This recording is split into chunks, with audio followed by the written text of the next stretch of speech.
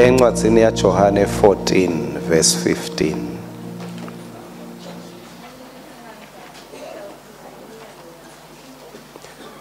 John 14 verse 15. Ngathawuke vakali ke daughter. Sola kuvakali.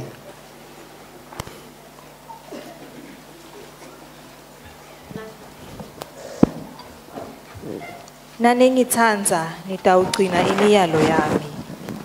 Yes. Naningitsandza Nitawukwendani. Gcina Imiyalo Yami. uNkulunkulu ulula.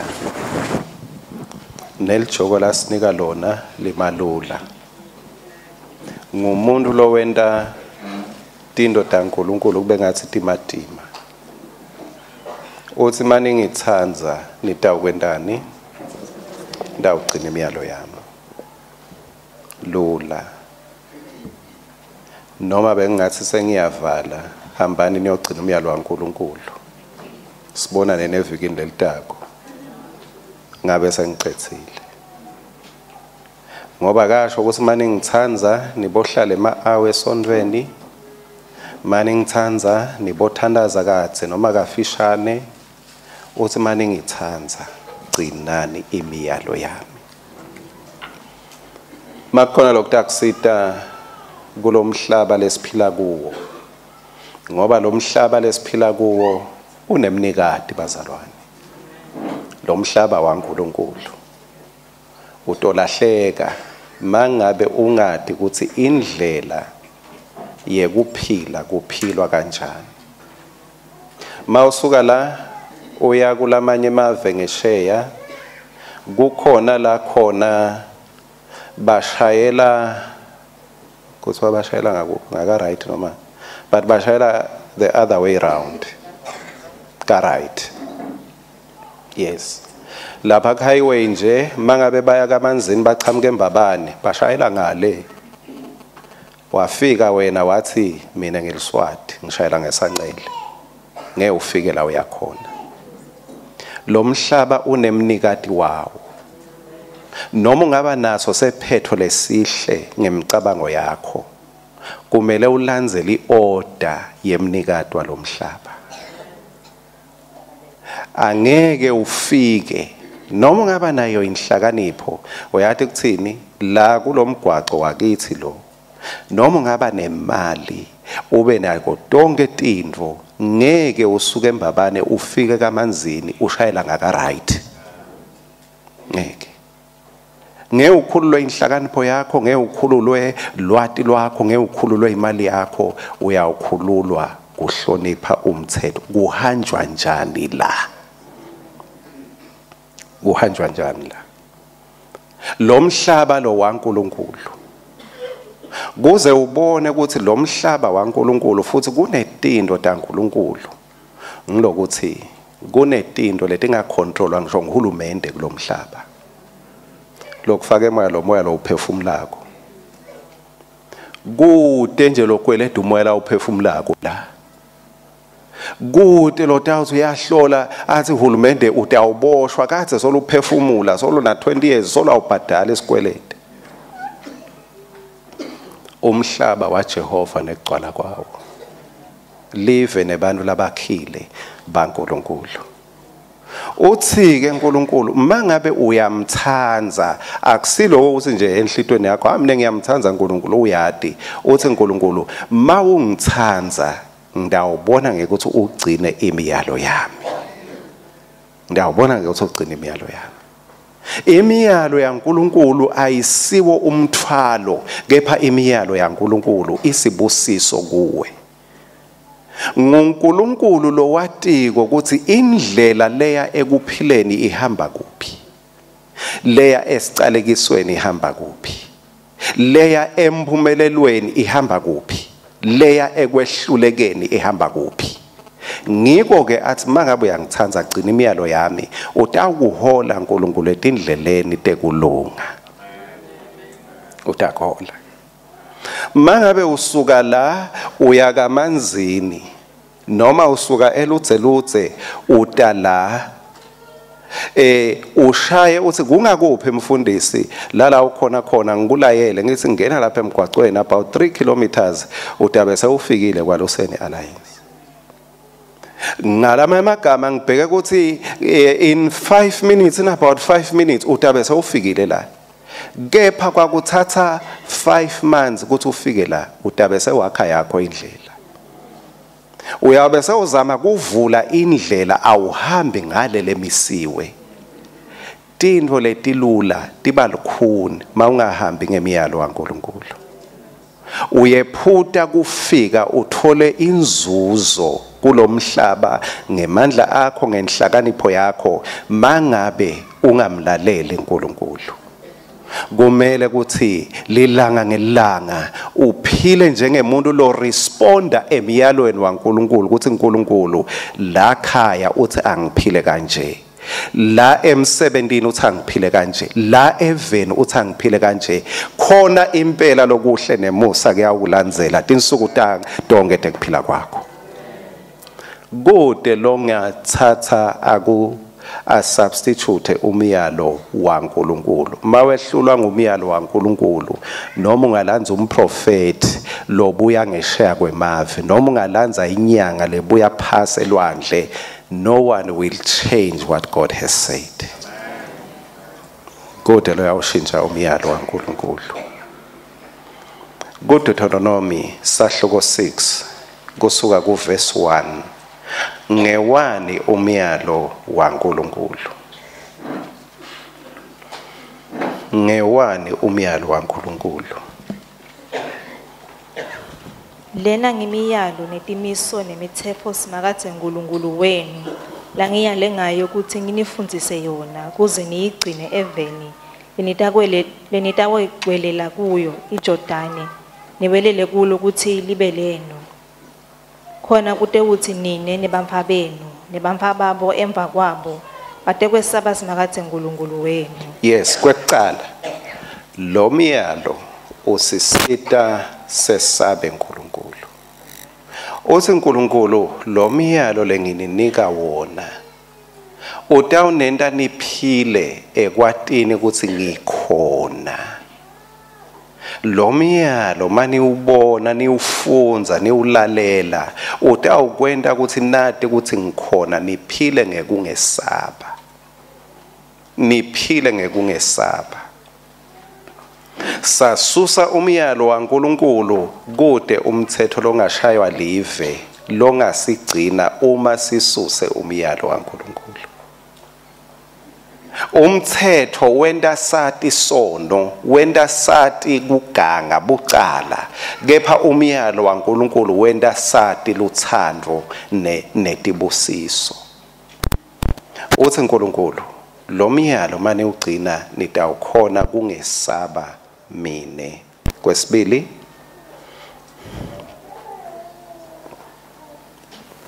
Khona kute uthi nine nebamfabenu nebamfababo emva kwabo batakwesaba simakade uNkulunkulu wenu. Yingcina nisagcina tonke timiso nemiyalo lengininika yona. yes. Khona nitewuva bomnanzi bekuphila impilo lenze. 2. Mawugcina imiyalo yaNkulunkulu udova bomnanzi bekuphila. Udova bomnanzi bekuphila. Udova bomnanzi bekuphila impilo lenze. Ngalama emagama uthi uNkulunkulu mawugcina lemiyalo it is for your good. Kutakuphatha kahle kugcina imiyalo yaNkulunkulu. Kutakuvikela etintweni lebetingakulimata kugcina umyalo waNkulunkulu. When you keep his commands shall keep you. When you keep his commands shall keep you. Mawugcina imiyalo yakhe, le miyalo yakhe itakugcina. Nitawukhumbula ukuthi Adam na Eva bathengiselwa emanga sitha. Base bagcina umyalo wesitha bahamba baya ukudla la athe uNkulunkulu ningadli nekudla. uyawathi umphumela wekungalaleli nawo ngicela ukukufundzela lapha encwadini yaGenesis 3 uthi uNkulunkulu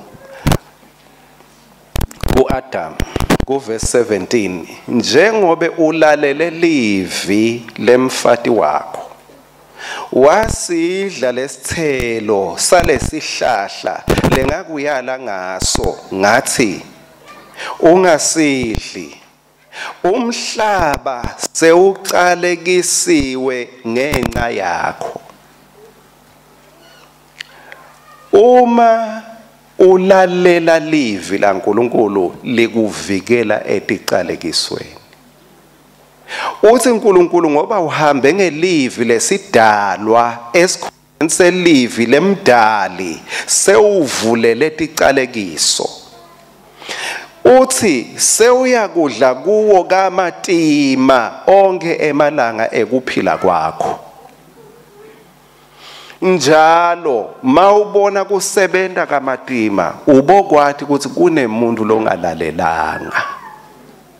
Kumele sale wena uthi mina ngifuna kumlalela uNkulunkulu kuze kuthi ngingabe nguzabalaza ngisaphila kulomhlaba. Kusebenza bekukhona umuntu angakawi kepha ngilokusebenza kamatima lebekungekho. Ngilokuba ngizabalaza lebekungekho ngisho sewusebente kamatima udziniwe kepha umkhicito ungahambisani nemandla lowafakile. Kungalaleli kunemphumela wekuthi uyawuphila ungizabalaza. Uphinze uthi uyawukuvetela emanyeva nelukhula njalo mawuhlakula ubokhumbula kunemuntu longalalelanga kwase kuvela lukhula noma ungalihlakula ngegama lika Jesu lithi ngalikhuba tsingalikhuba uthi wena uyawukudla lokumila esigangeni. Verse 19 uyawusebenta kamatima ukujulukele kudla kwakho uthi mathe ubuyele emhlabathini ngobe vele wathathwa kuwo njengobe uluthuli uyawubuyela eluthulini. Kusho ukuthi kulalela uNkulunkulu kukuvikela etintweni letimatima kuliphilisi kuyakwelapha kulalela uNkulunkulu. Inyama yakho nayo ifuna uyilalele na Sathane ufuna umlalele kumcoka ukuthi ukhethe ukuthi Nkosi ngifuna kuhamba ngekulalela wena. Imiyalo yaNkulunkulu is for your good.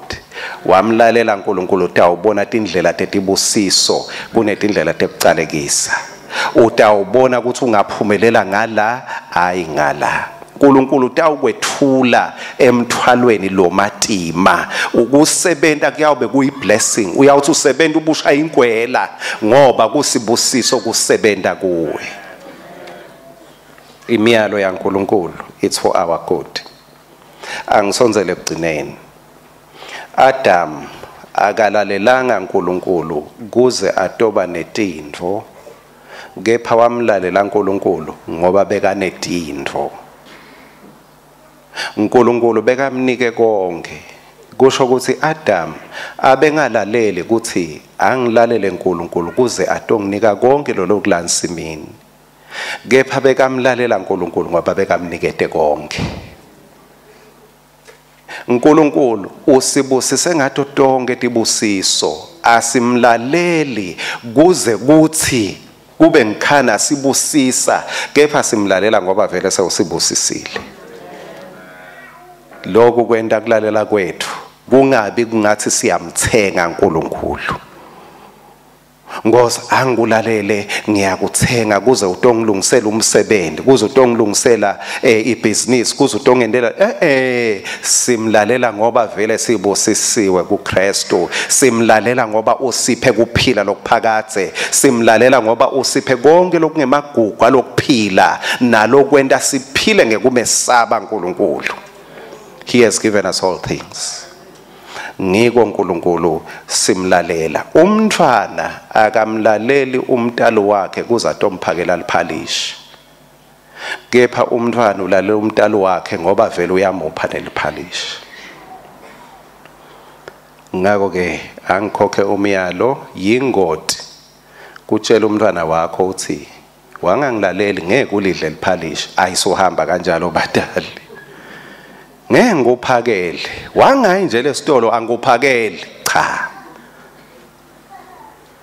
Bantu bethu basilalela ngoba vele baphila la siphila khona, badla lesikudlako, balala lapho sibalungisele khona, bayasilalela hayi kuze bathola umbhedze noma ingubo, basilalela ngoba sinebudlelwane nabo. Kumlalela kwethu uNkulunkulu akusikwe kumthenga, kepha simlalela ngoba angibabe wethu losithandzako, imiyalo yakhe isho kuphila kithi. Kunetingoti la sivikela kuto ngemiyalo wakhe. Kunetinto la ngafuni sinambithe. Umyalo wakhe uyasivikela. Umyalo waNkulunkulu wenda Namani waphila emfuleni iJordani, labanye labe bagula njengaye abazange baphile. Bakhona labanye beba kulomfula wona leJordani, kepha Namani kwathiwa Namani unelithoko, hamba utenye kasikhombisa emfuleni iJordani utawuphuma uphilile. Watenya Namani kasikhombisa, leBhayibheli lithi waphuma sikhumba sakhe sinjengesemntwana afresh. Labanye bebaklabhutha kuloyo same river azange baphile, but ngekulalela umyalo into lesebenza normal yasebenza supernatural. Umyalo waNkulunkulu, umyalo waNkulunkulu. Uyathi uNkulunkulu uthi phani, mawupha ngoba uyalwe uNkulunkulu uthi uyawuyala tinto, kunetinto labese uyatiyala ngoba wenda umyalo wakhe simakathe. Wenda umyalo wakhe. Sibonelo lesinye, Abraham wathatha umntwana wakhe ayawukwenda ngaye umhlatshelo, alalela uNkulunkulu. Kulelo hlathi labanye bebathoda tinkuni, labanye bagawula tingodo tekuyakwakha, kepha Abraham yena akayanga ngenxa yekuthi uyawugawula, waya ngekuthi ulalele uNkulunkulu. Wathi makambeka umntwana wakhe wabona indvo labe bayawugawula labangayibonanga, labe bayawuthoda bangayibonanga. Wabona imvu ibanjwe ngethi, oh haleluya, yes. Kulelo hlathi labanye laba bona tinkuni khona, Abraham ubona iprovision yasimakathe. Kulalela uNkulunkulu kukuvula emehlo, labe uthi uyawulahlekelwa khona ukhanze ukuthi ngila ufike uzuze khona. Kulalela simakathe. Ngiko umyalo waNkulunkulu awusimadima bathandekayo. Awusimadima umyalo waNkulunkulu. Lomunye wekugcina nginaya indvodza beyingaboni, wathatha lidzaka Jesu walibhuca walifaka emehlweni akhe, wase uthi kuyo, hamba uyogeza emfuleni echibini iSiloam. Hamba uyawugeza emehlo akho echibini leSiloam. Banengi bebageza kulelo chibi, labanye bageza emhlakahla, labanye bageza umtimba, labanye bawashe timbahla, kepha kude lo wasitakala nguna indvodza kuphela leyathi mayigeza at the command of Jesus. Yathi mayigeza kwavuleke emehlo, labe kasolo angaboni all these years, bekahambile lapha nalapha emehlo angavuleki, kepha wahamba ngalelanga ngimathi noma mphekeletela yini, wahamba wayechibini laseSiloam. Makafika abesola geza naye kulelo chibilelo, ngalelanga wathi uyageza kwavuleke emehlo ngoba bekenda umyalo waJesu. Awuphile kulomhlaba kungenteka sewuphile iminyaka, kepha mawungashintshe indlela ekuphila kwakho uthi sengidawuphila ngekwelivi laNkulunkulu, lala bekusolo kungathi tinto tisebenta ngekwemvelo tiyajika tisebente ngekwemandla sezulwini. uNkulunkulu wethembekile, umyalo wakhe uNkulunkulu awusimadima. Kude umthandazo lo yawuba isubstitute yemiyalo waNkulunkulu. usahamba ebutheni belanga ebutheni beliviki ngazi usithi inyawo takho tingathi tiphambana tihlangana ube uthi Nkosi lokungumyalo wakho ngifuna kukwenda lamuhla konke kusemiyalweni waNkulunkulu tsanse uthandazile uphinde uthi Nkosi ngifuna kwenda umyalo wakho kungathi singadibana nawe kuloko uNkulunkulu afuna kusibeka kubuko ngemiyalo wakhe kwangathi singadibana sesicelebrate lokho uNkulunkulu lasende sakuphatha wenda lokunye kwangasilahlekeli wenda lebe kukhashana kwaba sethutane wenda lebe sikwetayele kwashintsha kwaba ngummangaliso wasezulwini uma ngabe sibambe umyaleto waNkulunkulu noma yini la ishoko sibokwenda ngicela sisukume sithe uthandaza amen. Oh yes Jesus wethembekile uNkulunkulu longcwele nalamuhla futhi kude lota kuwe umlahlele ngaphandle tethembiso takho Nkosi tinguyebo amen. Lamhla Nkosi kumele abadzala kumele abancane labasha phambi kwakho yes Lord sitela Nkosi sesilivile livi lakho uthe loluva kwangayendi likhona inhlithiyo yakhe ngiyabonga lusito lwamoya longcwele lota ukwenda ukuthi kube lula kulona ngiloyo lokholwa livi lakho ukuthi kube lula ukuthi ende umyalo wakho ngiyabonga Nkosi ukuthi ubusisile kude lo yawugucula sibusiso sakho ngiyabonga ukuthi kude lo yawugucula kuthula empilweni yemntwana wakho Lord I thank you kumbe uyakholwa kukhona la uva khona ngathi akusaphumeki la thola umyalo wasimakazi kumbe kukhona lo ungasakuboni kahle thola umyalo wasimakazi wathola umyalo lohambisana nekuthi uNkulunkulu ufunane empilweni yakho lokho lebe ungakuboni emehlo akho ayavuleka. Abraham akafikanga wathandaza enzabeni wafike wakhokha umnikelo lowo mnikelo wafike wavula emehlo akhe lobe kangaboni akafikanga wathandaza echibini laseSilowami wafike wageza emehlo akhe avuleka. Naman akafikanga wathandaza noma wabekwa tandla ngumprofeti emfuleni iJordan wafike waticwilisa umyalo wamenda wakuthola labe kumlahlekeli noma yini uNkulunkulu la ishoko la ishido kuwe inekuphila kwakho inekuvikeleka kwakho inekubusiseka kwakho uNkulunkulu wethembekile kulimela livi lakho. Thank you Jesus. Bese ngicina ngaloyo lamuhla kumbe impilo yakho awuzange sewuyinikele kusimakazi lilanga lisondo lamuhla kushade na intombi nanali lijaha baphuma bang Mr and Mrs Dlamini bekungaba kuhle nawe uphume wadana na Jesu lamuhla uphume nawe uthi uma uNkulunkulu angakimi ngubani longamelana nami ungene wedwa kepha nawe uyawuphuma sewuna Jesu ungene uyimvu lengenamelusi utawuphuma sewunemelusi lomuhle sewuthi impela lokuhle nemusa kuyangilandzela tinsuku tonke tekuphila kwami ngoba sewutimatanise nemelusi lomuhle longuJesu Kristu.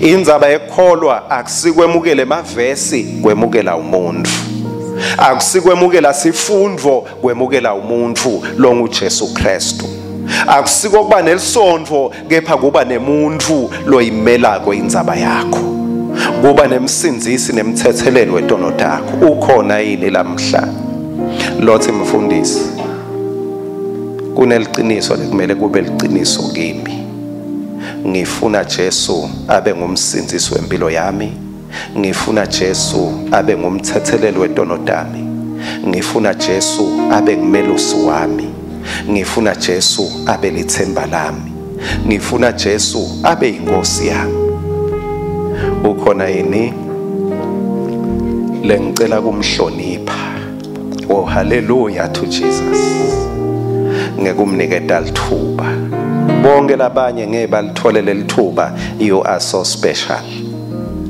Cela kwenda wena ube special lamuhla. Ngekuphakamisa isandla sakho nje la ume khona noma la uhleli khona. Uthi mfundisi ngicela ungithandazise, ungihole kuleyo ndlela yokuthi nikela. Ungacabanga ukuthi sengidawube bese ngiphila kanjani ngoba ngidawubuyela emuva. Ungesabi, sinemsidi longumoya longcwele. Moya longcwele akasibukeli, uyati ukuthi sibuthakathaka le ndlela ngeke siyikhone. Lo munye ngathi mfundisi kukhona le kumele ngiyokulungisa kucala. Moya longcwele uthi cha ndakusida ukuthi kulunge lokungalungi. Ngoba wena ngeke uthi khonele ngemandla akho. Ukhona yini losho njalo ngesancele sami? Ukhona losho njalo embi kwami? Lothi ngimi mfundisi. Phakamisa kakhulu. God bless you. Nasiya lapha emuva sandla. God bless you. Thank you Jesus. Embi kwami ngesekudla sami nasiya lesinye sandla lapha. God bless you. God bless you. God bless you. Oh yes, khona lo munye, khona lo munye, khona lo munye, ukhona lo munye. Nawe sakho sandla singaphakama, lithuba lakho sengiyalivala. Ukhona wekugcina lothi nami mfundisi ngicela kube lithuba lami lamuhla. Lamhla ngicela kube lithuba lami. Lamhla ngicela kube lithuba lami. Ngicela kusibona leso sandla, ngicela uphinze uzivete. Ngicela kube lithuba lami. Thank you Jesus. Thank you Lord. Thank you Jesus. God bless you. God bless you. Blessed be the name of the Lord. Blessed be the name of the Lord. Blessed be the name of the Lord. Ngicela sikhuleke kanye kanye silibandla sihlanganyele nalaba lamhla labathatha sinqumo sithi Nkosi Jesu ngiyakwemukela njengesipho sensinziso yami. Ngidakukhonda njengenkosi yami phakade naphakade. Amen. Amen. Praise his name. Praise his name. Praise his name. Babelo ngcwele akube njalo phani labo labantu abasita inhlakanipho letabenda ukuthi letinqumo labatithathako lamhla bachubeke kube kuhle kubo. Bawuthunyiswe emcalisi nemphelelisi wekukholwa kwethu manje kuze kube phakade. Amen. Amen. Amen.